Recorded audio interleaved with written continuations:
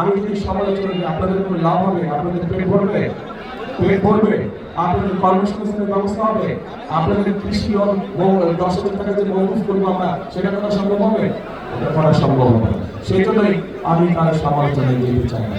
কিন্তু কোথাও যদি কোনো অনাকাঙ্ক্ষিত কোনো ঘটনা ঘটে থাকে, অন্তর্বর্তীকালীন সরকার আছে, তাদের বলবো সঠিক সুষ্ঠু তদন্ত করুন, সঠিক সুষ্ঠু তদন্ত করুন।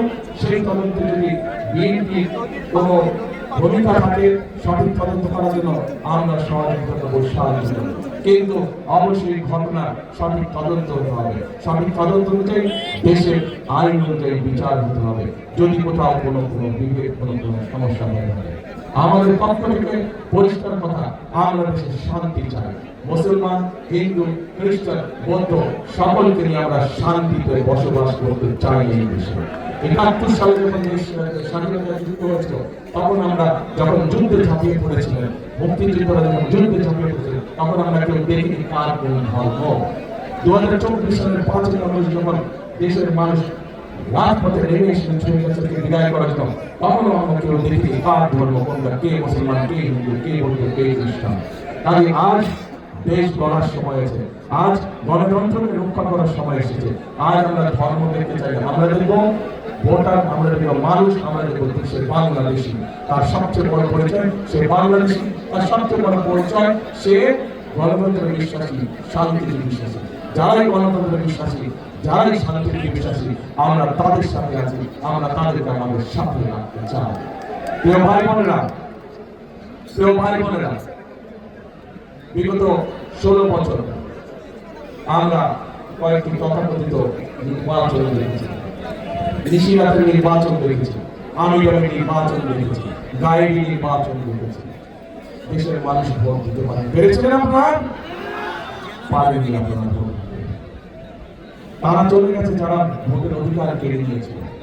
কিন্তু আরেকটি মহল ষড়যন্ত্র শুরু করছে, ভেতরে ভেতরে ষড়যন্ত্র করছে কিভাবে এই নির্বাচনকে ক্ষতিগ্রস্ত করা যায়, কিভাবে বাধাগ্রস্ত করা যায়।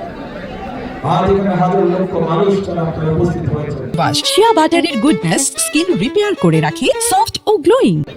আপনারা সহ আপনারা যত মানুষের সাথে দেখা করে প্রত্যেককে বলবেন যে আগামী 12 তারিখে নির্বাচন যেন কেউ বানচাল করতে না পারে, সেজন্য সকলকে সতর্ক থাকতে হবে, সকলকে সজাগ থাকতে হবে। আমরা যদি জনগণ যদি 12 তারিখে সজাগ থাকে, জনগণ যদি 12 তারিখে সতর্ক থাকে, 13 তারিখ থেকে শুরু হবে জনগণের দিন ইনশাআল্লাহ। এই বাংলাদেশের 13 তারিখ থেকে হবে জনগণের দিন, জনগণের প্রত্যাশা, জনগণের আশা, জনগণের আকাঙ্ক্ষা যে সকল আছে সেই সকল বিষয়ের কাজগুলো ধীরে ধীরে পর্যায়ক্রমিকভাবে শুরু হবে। বেকারদের কর্মসংস্থানের সমস্যার সমাধানের কাজ শুরু হবে, মা বোনের ফ্যামিলি কার্ডের কাজ শুরু হবে, কৃষক ভাইদের কৃষক কার্ডের কাজ শুরু হবে, বেকারদের কর্মসংস্থানের কাজ শুরু হবে। আমাদের তিস্তায় পদ্মা ব্যারাজের কাজ আমরা শুরু করবো, বরেন্দ্র প্রকল্পের কাজ আমরা শুরু করবো, 10,000 টাকা পর্যন্ত কৃষি লোন মৌকুফের কাজ আমরা শুরু করবো। এই কাজগুলো হচ্ছে জনগণের কাজ, এবং এই কাজগুলো ইনশাআল্লাহ 12 তারিখে ভাবেশী জয়যুক্ত হলে পরে ইনশাআল্লাহ 13 তারিখ থেকে শুরু হবে জনগণের জয়যাত্রা। সেজন্যই প্রিয় ভাই বোনেরা, সবসময় আমি একটি কথা বলি, শহীদ জিয়া দেশ গড়েছেন, দেশের যে খালেদা জিয়া দেশ গড়েছেন, এখন আমাদের সকলের পালা দেশ গড়া। কারণ এই দেশই হচ্ছে আমাদের প্রথম এবং এই দেশই হচ্ছে আমাদের শেষ ঠিকানা। সেই জন্যই আমি একটি কথা বলি, সবসময় একটি কথা বলি, কথাটি আপনারাও জানেন, আমার সাথে দয়া করে কথাটা বলবেন। করব কাজ, করব কাজ, সবার আগে বাংলাদেশ। প্রিয় ভাই বোনেরা, প্রার্থী ভাইরা আপনি একটু দাঁড়ান তো, ক্যান্ডিডেট সাহেব আপনারা একটু দাঁড়ান। প্রার্থী